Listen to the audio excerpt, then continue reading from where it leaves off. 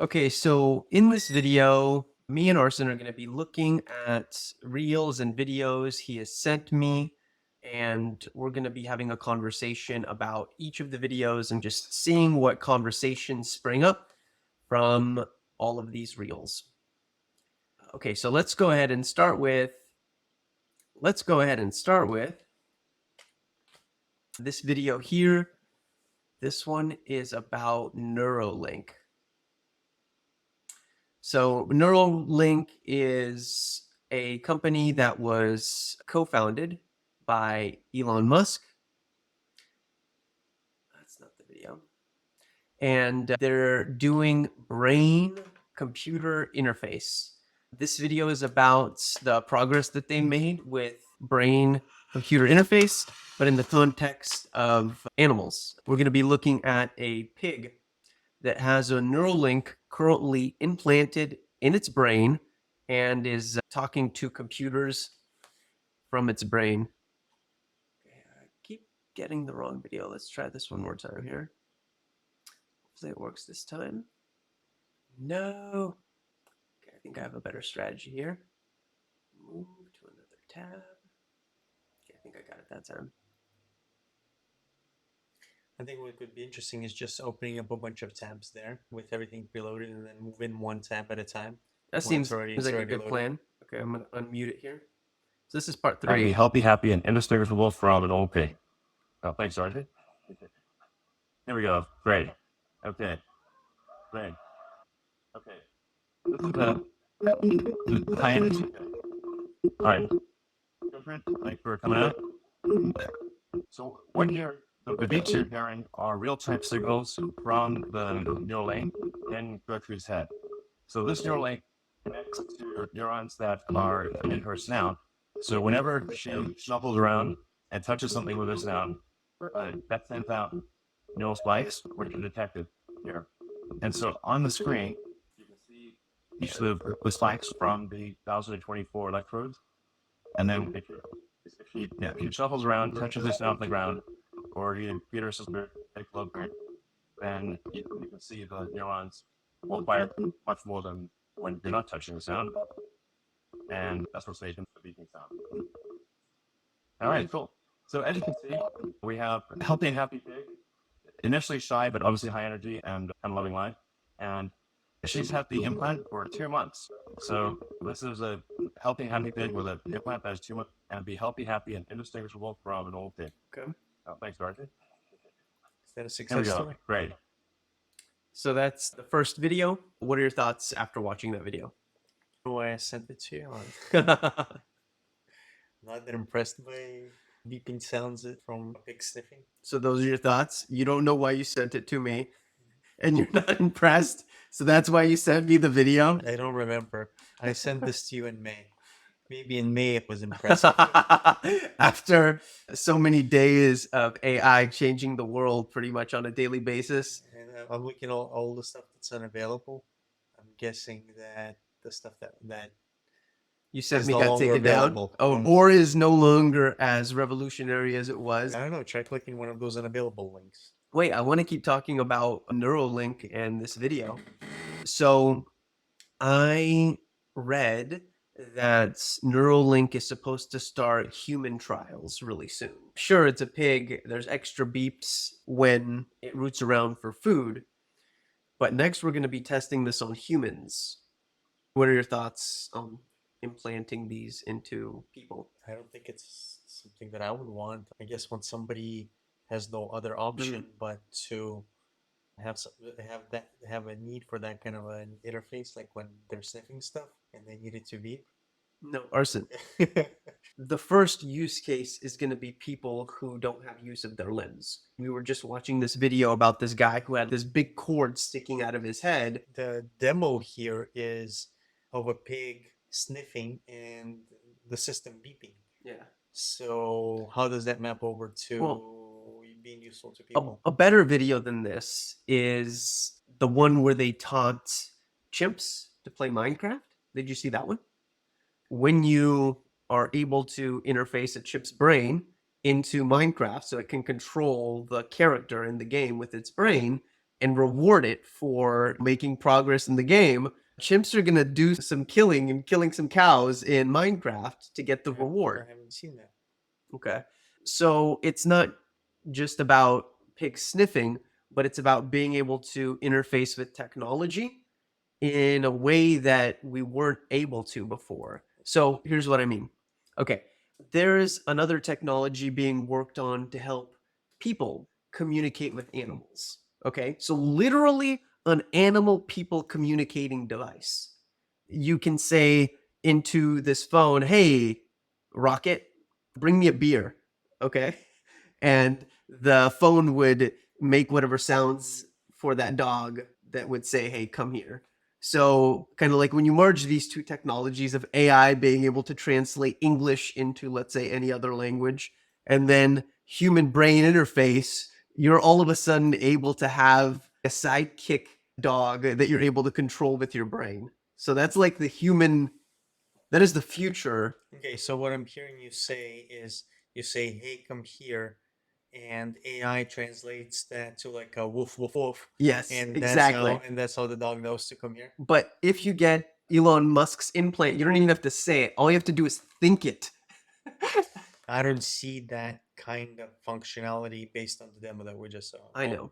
But So I'm projecting into the future, very near future, as they're starting human trials, either the end of this year or beginning of next year. I can't make that kind of a far-fetched leap without more demos that are. You could have made that kind of a leap 30 years ago, thinking it'll happen. But if we're talking about anything that's evidence-based, we have some evidence of a pig who sniffs and beeps. Yes. So that's what we have to work with. And a I don't know chimp that plays Minecraft. I haven't seen the chimp. Okay. I think it's going to be just extremely revolutionary to people who couldn't walk before and will get these chips inside their mind. Because if you couldn't walk, I guarantee you'd be lining up to get whatever chip implanted into your brain that you needed to implant to regain the ability to walk. I don't see how Neuralink fits into that right now. Their ability to interface your brain with electronics that you put out on the outside of you, let's say a prosthetic leg or something like that, to give you the fine-tuned motor controls that are needed inside of an ankle. I don't believe that'll happen. An arm, you don't think an arm will be seamlessly integrated into a person and controlled essentially with the brain? First of all, I don't think that the neural link will control your Cybernetic. bionic arm. No. I think the brain will communicate to AI what your intent might be, and hopefully there isn't a misunderstanding with AI's interpretation of what your intent might be, and then AI will drive the arm to do whatever needs to be done. But that's, I think, is a far stretch. Okay. So not impressed with the pig, and you want to see more impressive videos before you get excited about Neuralink? Yeah. Okay. Yeah, so we're going to go on to the second video here. Some of these are unavailable. Blizzard developers say mandatory return to office policy has cost us some. I'm not sure what that is. Elon exposes this Tesla employee who leaked confidential data.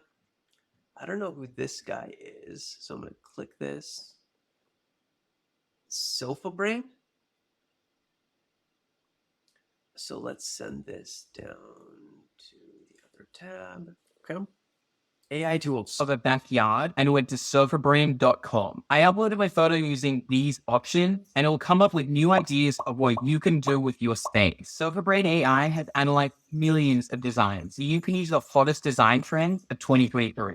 This is the future of interior design. So I took a photo of a backyard and went to Okay, why do you think that was worth sharing?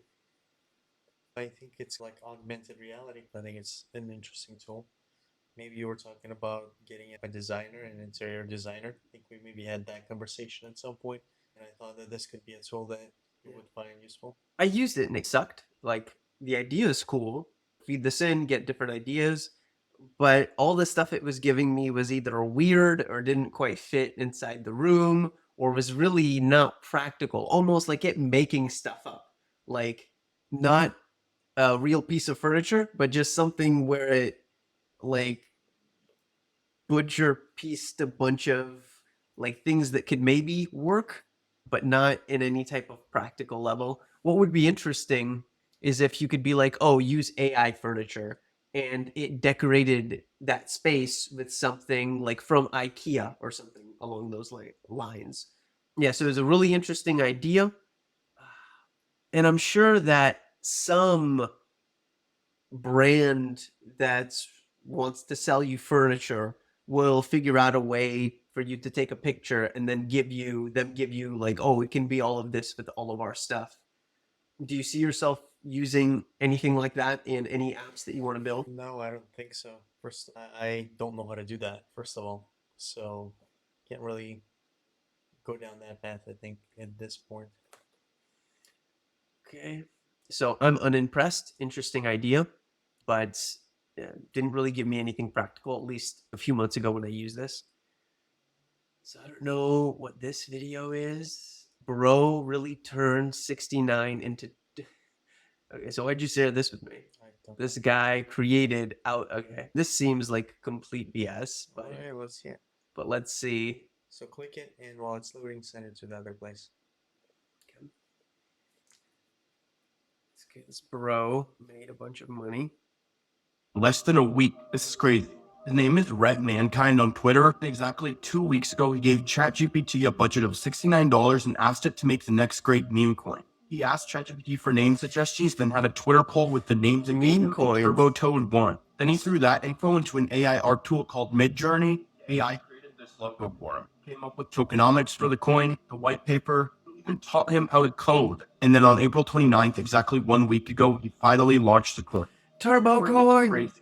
Coin started exploding, and within 4 days, Turbo was worth over $200 million. Also, I mentioned it on my YouTube right here, just saying. Token is currently sitting at a $60 million market cap. Crazy. So this guy Crazy, bro. $50 million dollar. What do you think? Seems scammy. So why did you send this to me? Are you not interested in these Scams? Yeah. I thought it was really interesting just how people are using these tools, and like people are going to use AI to create scammy stuff too.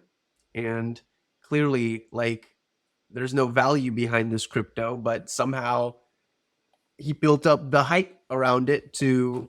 That's just an insane amount of money. I here's wonder what thing. the truth go, is. Go to Coin Market Cap and type in Turbo. Let's see what happens. Do you remember what it was called? Turbo Toad or something? Coin Market Cap. So this was back in May. So let's see what happened. My guess is it's not doing great. Turbo Toad. Oh, That's not Oh. Turbo Toad. maybe it was 2 words. Okay. Let's just go turbo. Could also just not be listed. How many turbos exist on CoinMarketCap? It's possible that the video was just straight up a lie. Like that he just took screenshots of just some made up, Like his own little project. maybe. Like we were watching the scam genre. So like people exposing scammers. Okay, this chart does not look good. Well, let's look at it since the beginning of the year. Okay, so beginning of the year. Okay, it's only been around since May. Yeah, so that's a nice spike, but it lost all So of it. okay, go all. Okay, So basically, I think this is the token. maybe turbo Yeah. because it does have the toad. Or do you see a toad? There's a toad right there, but then again, maybe is that? Yeah, it does look like it actually. Because remember, there was that's the image that he used in the video. Okay, so basically, he pumped it up. Nobody was buying it, and he was buying it from himself for fractions of a toad, and he would pay $100 for. It's on Uniswap. So this cryptocurrency. But I mean, look at it. It's like it lost. It's what? It's 85% down seems bad. since the beginning. So I guess the beginning. So he came in. I guess when he created it, when there was any kind of traction, Then there was a big spike, so that was like the scammy spike. Yep. And And about then he dumped it on his community. and look at those volumes. I'm a millionaire. I made it. Okay, so what's interesting, there's $9.72 million volume in 24 hours. So it was quite active. But the question is like, who are these people? What community did they promote this through? And what utility did they propose this coin have? Okay. Agent GPT, unveiling the creative process. Is this you sending me videos? Okay. This looks like this is when we were talking about autonomous agents and relating to Chat GPT. So let's send this down here. This is a pretty interesting idea. I haven't had anything that's like really been useful as far as doing anything autonomously. These instructions. When Agent GPT and I come up with an idea, it'll give me an outline for the script with timestamps. Then I'll copy and paste it into my notes and use my iPad here for reference. I have three main lights. My key light at a 45-degree angle on my bedside. My hair light to define this edge of my face, and my backlight to get my scene depth. These are all hue lights. So We I need can some change depth the color here. from my iPad. I like my chill vibe. I use my iPhone to record vertically in cinematic mode with an 8.0 focal depth. And I always use my back camera and then screen share it to my Mac so I can see myself when I record. I edit my videos in CapCut. To get this split screen effect, I just drag my video up. Then I overlay the bottom visual for the edit and crop it to 1:1. Then So I he actually like this for these production. automatic captions right here. Throw this text, auto captions, animation, captions, and then word for word. The easiest method to clean up your audio is to go to Adobe Podcast. It'll give you Yeah. professional sounding audio. We gotta for try this free. after this recording. Agent GPT also gives me my hashtags and captions based on the content. I'm telling you all of this because the sauce is not in the editing. The sauce is in consistently bringing high quality value to the people it matters to. I hope that that's what Agent GPT and I are able to do for you. I'm Dominic, Mr. Grateful. Peace. This is I how mean, I'm script, not following what record, this had and to edit do my with content Agent based on- GPT, or is that the name of this? Okay, so what were your thoughts on this video?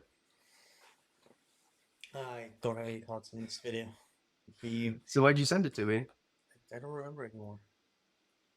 I think he's just describing kind of his workflow. I think his workflow is probably much more complicated compared to what we're doing now. I don't know about that. He does everything on his phone, it looks like. Like, this is probably recorded on his phone. He said he brings it to his laptop so that he can see what he is doing. Oh, that was just a preview. Like, he wants to see himself, like we're seeing ourselves right here. But he just has that display on his laptop. And he records on his phone, probably facing front to kind of get the better camera. And he's doing something similar here, but on his phone and maybe less of a monster instead of what we got going on right here. I really liked what he had going on with the depth of his background. Like with our setup right now, there's no depth because it's so bright. You want some multicolor lights? Yeah, I think that we can try this look maybe after we go through a few more videos here. You want some blinky LEDs? Not blinky, just colored, okay? Let's see, so stable diffusion, anything like talking about graphics generation is already out of date. Like anything in May is worse than what we got going on here. What's this? GitHub and Unreal GPT? What's this about? I don't remember anymore. OpenAI went against all of the Y Combinator advice. Islam teaches in a logical way. Let's dodge that. Okay. AI negotiator for real estate investors. What were your thoughts there? I don't remember. This sci-fi movie was pretty cool. I think we already watched that though, like you showed me on the other screen. If NFTs were honest, okay, this is gonna be perfect. Okay, so we've been watching some content on NFTs and kind of the different types of insane scams that have been orchestrated around NFTs. So this is probably gonna be great. I don't think I've seen this yet. Exciting world of non-fungible tokens. Art isn't something you enjoy. It's just another commodity we joylessly buy and sell in our latest attempt to trick capitalism's moribund engine into hacking up a few more shiny tokens at us. I'll explain for you emotional whips who look at art because it makes you feel things. Back in the stupid ages, I could own a nice Rembrandt, and you could own, I don't know, that pregnant Sonic the Hedgehog on soiled Arby's napkin. That's mayonnaise thing. Sure it is. But why waste all that time hanging a painting in your home like you're some sort of Renaissance baronet when you could just pay to associate your name with a JPEG of a fecund echidna? So you're saying that I should collect art by purchasing exclusive ownership to a piece someone posted online? What is this, the 31st century? No. You can only pay to associate your name with a URL where an image is located. Everyone else on the planet can still look at it, but you can rest easy in the knowledge that you're the only one who owns a computer picture of Master Chief making sweet love to Mega Man. And that undeniable fact will be stored forever on a blockchain, the great chain that records transactions between tech bros named Bryce for all of digital eternity. Okay, but what happens if the URL goes offline? Yeah, that's done. So people are paying to pretend to own a link to an image, not even the image itself? Not even the ugly image itself. Despite all my highfalutin talk of empowering artists, most NFTs look like the creations of concussed children, force-fed Alice in Wonderland drugs, because Raj Club profits by churning out sales as fast as we can, while the hype monster still lurches forward. Look, there's a picture of me as a cigarillo smoking panda I'm going to claim is worth actual dollars for some reason. So, do you want to sell your art on Raj Club alongside masterpieces such as this? No, that's fine. I'll just have bots scrape all of your artwork anyway. NFTs are completely unregulated, and thousands of images are sold without permission from the artists who created them. One marketplace even sold NFTs of a cancer victim's work. Because death is no excuse to stop contributing to a vulturous middleman's quarterly report. So, it can't all be legal. Who's going to stop me? The government? They still think kids are using fax machines to sex. Wait, the market is unregulated? How does the fact that someone owns an NFT mean anything? Because what we're really selling is a status symbol. It's like a fast car or a fancy suit, except you're only pretending you own a car, while a group of people with more money than taste agree that you make very convincing vroom vroom noises. Look, there's another NFT of me as an adorable chihuahua playing tennis. Buy it now, and maybe one day you can resell it for a huge profit to somebody even dumber than you. That's incredibly depressing. Oh, don't get yourself down. NFTs have other uses too, like trying to dodge taxes, launder money, whatever. What's important is that the disruptive paradigm shifters at Raj Club looked at the internet's communal atmosphere and said, what if we force scarcity onto this to trick people into thinking they can magically become millionaires by collecting Beanie Baby ghosts? So what should I do as an artist? Just keep subsisting on bread crusts until people get bored and move on to the next fad. We'll never tire of inventing worthless, phantasmagorical non-investments. I'm Roger, and if you want to buy this video as an NFT, send me $10,000. Then you can brag to the nearest Bryce about how you were too smart to watch it for free. Fine. You've been Rodner, by the way. Okay. So what did you think? Lots of scams out there, and Sirio puts it very bluntly. I think NFTs need utility. I don't think that a picture of something is cool, no matter how it's the most amazing picture ever. Picture of Mona Lisa, whatever. I don't care. It doesn't have utility. That's the point. What utility, if any, does any current NFT bring? Well, the utility could be access to. But not, I'm not talking about theoretically. I'm asking right now, if you look at the NFT landscape, is there any NFT that actually brings utility? I think that was the intention of the Bored Ape Yacht Club, where if you own the NFT, you go to some party and you validate that you own the NFT and you get in. I think that's the way it worked. So Access, is Access the killer app? I don't know if it's the killer app, but that was attempted to be positioned as. That's why it raised millions of dollars, selling that to go to parties and events. That only if you have that NFT you can get into it. There's digital items that are NFTs, collectibles. Like you go to an event, and because you go to an event, you claim that NFT at the event, and it gives you bragging rights. Yeah. And then there's an NFT that is access to content, right? So if let's say you have an NFT, you can go to a website. It asks you to log in with your MetaMask, and if you have that NFT in your MetaMask wallet, it checks in, then lets you watch some video that you wouldn't have been able to otherwise until somebody screen scraped it and posted it on YouTube. Is that valuable in 2023 currently? Is there an NFT that you think is valuable? If I think there are plenty of valuable NFTs like where they're still sold for $60,000, $150,000, but honestly, I wouldn't buy any of them. Yeah. At a fraction of the price. Because to you, they don't bring the utility that you're looking for? Because let's say if I was to buy, let's say there's a yacht club, a Bored Ape Yacht Club NFT that's selling for 60K, and but somebody says, yeah, you can have it for $50. Okay, I don't think I would still buy it because what am I gonna do with it? Try to put it back up for sale Yeah. and sell it for $300, and there's still a question of who would actually buy it. Yeah, maybe there is a buyer for it, but I'm just not connected enough to that community to understand its value.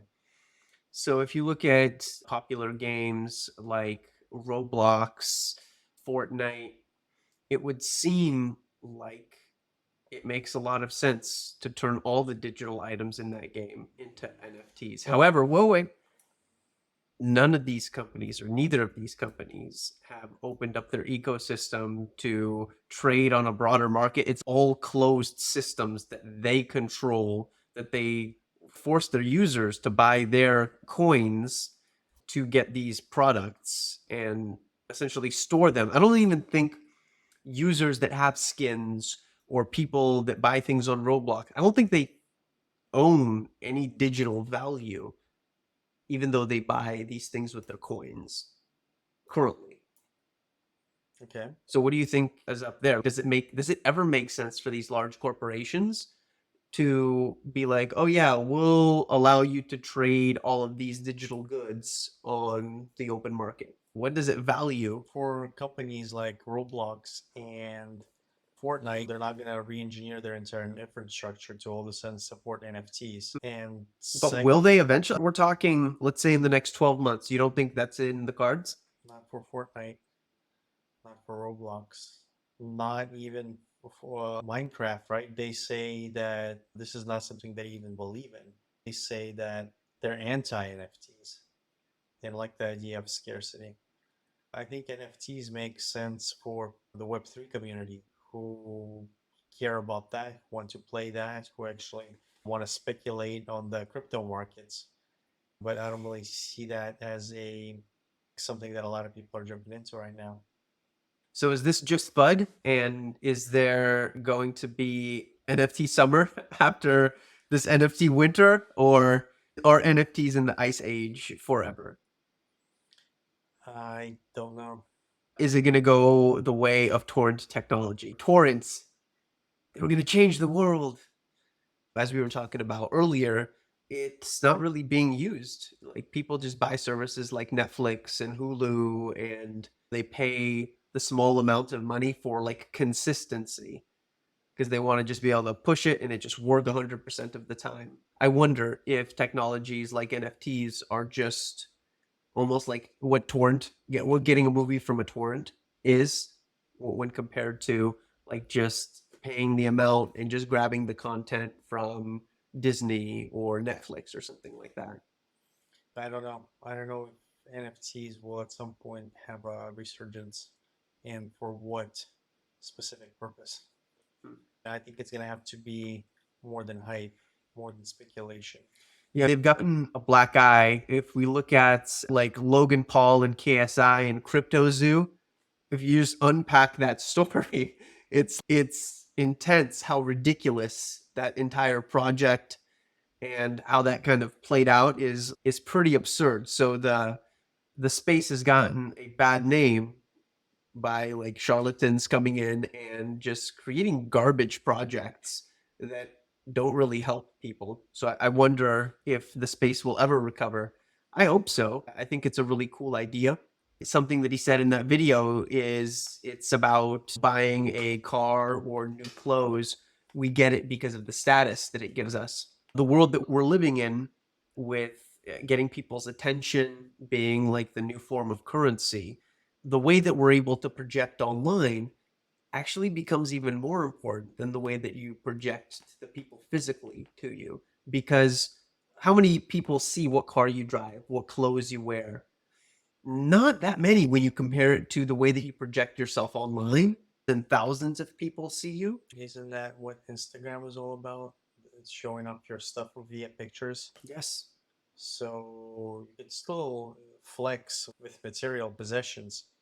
But like these services like Facebook and Twitter, it's not like they allow you to present your NFT badges and they'll allow you to hook up your crypto wallet to brag that way. I'm thinking more like a key that you get that enables you to have access to certain like digital chat rooms or digital events. So let's say there's a brand, they're really cool, they're creating amazing content. And to show up to their events where they live stream the content to its community, you need this special key.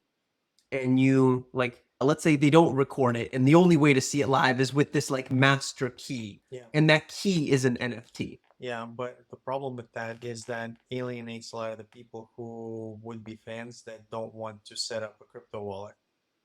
So that's the problem with that. Interesting. We'll see how NFTs develop. I believe there is more of a using it as a key type interface on the internet versus an art gallery. Art gallery doesn't make sense. Access makes sense. Arnold Schwarzenegger, open worlds. Okay, so this is pretty cool. So this new open world Mamorpagut looks incredible. Wait a second. Okay, so we're gonna look at this Mamorpaga. So it seems each day we're moving closer and closer to Ready Player One.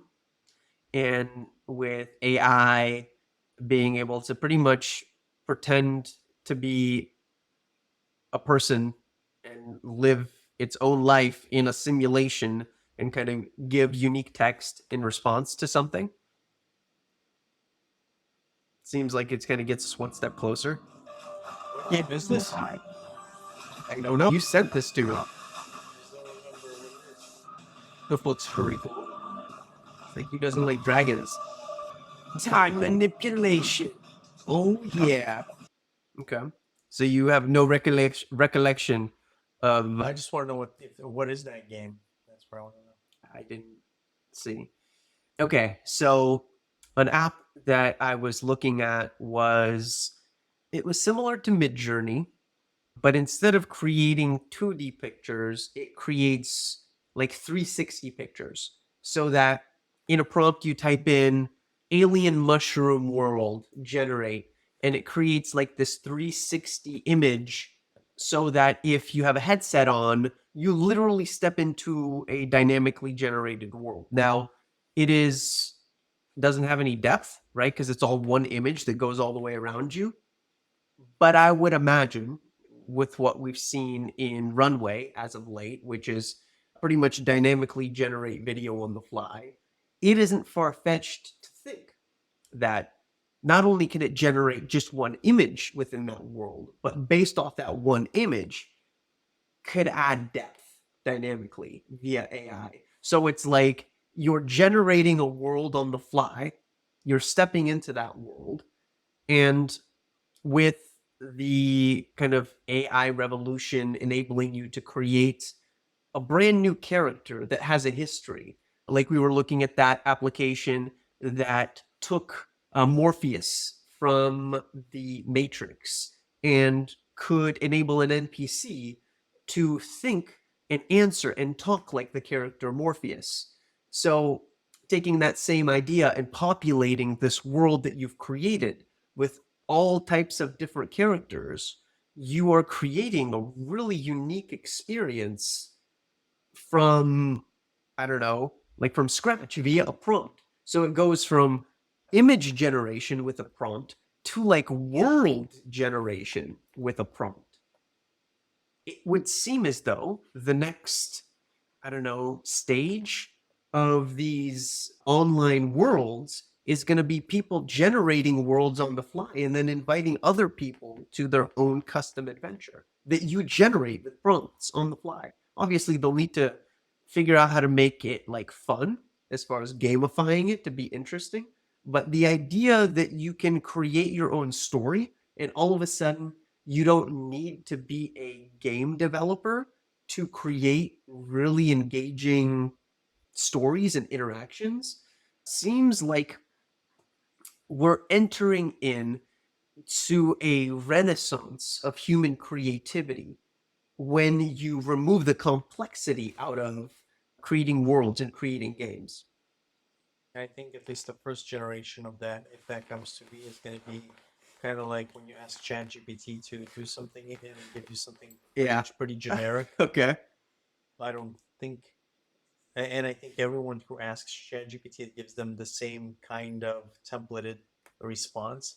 So you can only have so many games of that, and I don't think that is a game development renaissance because AI isn't coming up with anything unique. It's simply looking at statistical definition of what these kind of open worlds can be, and just says, here's an average thing that I've discovered, and here's what it might look like. But I think we're probably 5 to 10 years away from that being anywhere close to useful. So I think that where game development, the traditional game development comes from someone's vision and then storyboards, and it's a lot of creative work that people do. Then I don't think that the machines are anywhere near that. So we were looking at this a while back and it was like Blender and we were selecting different objects. And I think I was saying like, oh, isn't it going to be cool when you can just select an object, say chainmail or leather, and Blender with the AI plugin that enables you to grab this texture just knows, oh, he means leather patterns that look like this, and automatically give it like not only the texture but like the right to make it look like chainmail, essentially. Mail. Chainmail. That's like literal little interlinked iron things. It's like armor. Isn't that just a chain? Okay, so that's 3D, and also in 2D inside of like Midjourney, there's the ability to make an image loop. So you can type in like create a background of trees. So if you're doing a 2D game, you can very easily have it like map so that it looks like a bunch of different trees because that image interlaces or maps, has like a pattern to it. So those are two ways that these types of smart AI systems are changing game development right now and making it way easier just to create these patterns. I haven't seen any of that. I was using some patterns and I thought it was pretty cool. Let's Can we resume this later? okay.